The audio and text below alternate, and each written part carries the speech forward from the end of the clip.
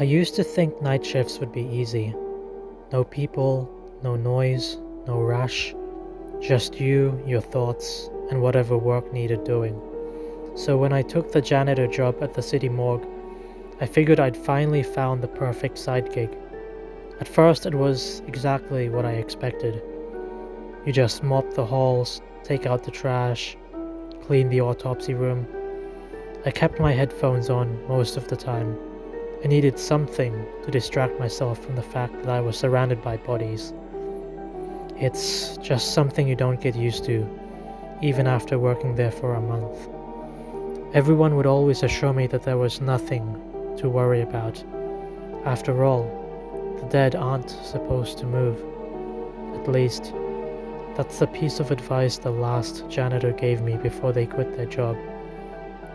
I only wish I had taken it more seriously.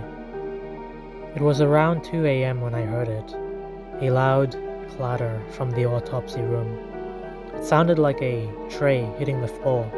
I figured Dr. Neville had dropped something.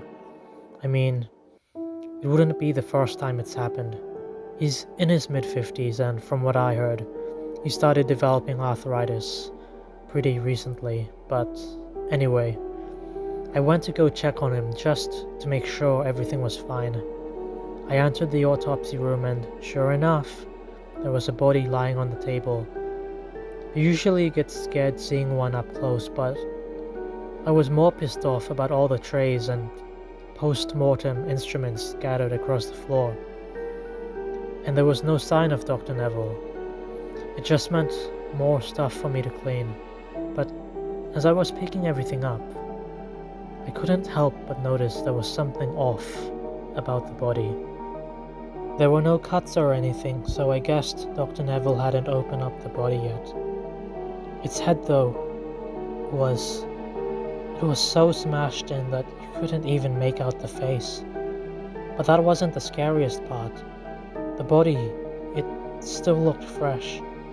You don't need to work at a morgue to tell the difference between a body that's been dead for a few days and a body that's only been dead for a few hours, maybe even minutes. Before I could give it more thought, the body's hands suddenly twitched. That's when I ran out of there as fast as I could. I got in my car and stepped on the brakes. I couldn't get a wink of sleep that morning. A few hours later, I finally got the news of what happened. My heart sunk as I listened to my coworker explain everything to me over the phone.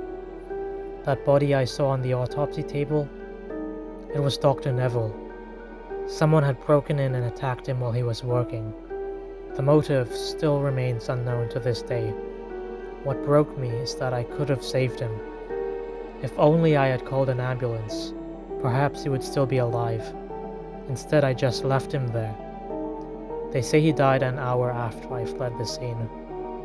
These feelings of disappointment, of agony, of total despair disappeared completely after what my coworker revealed next. It still haunts me to this day. Apparently, the security cameras caught the perpetrator leaving the building just a couple seconds after I had run out.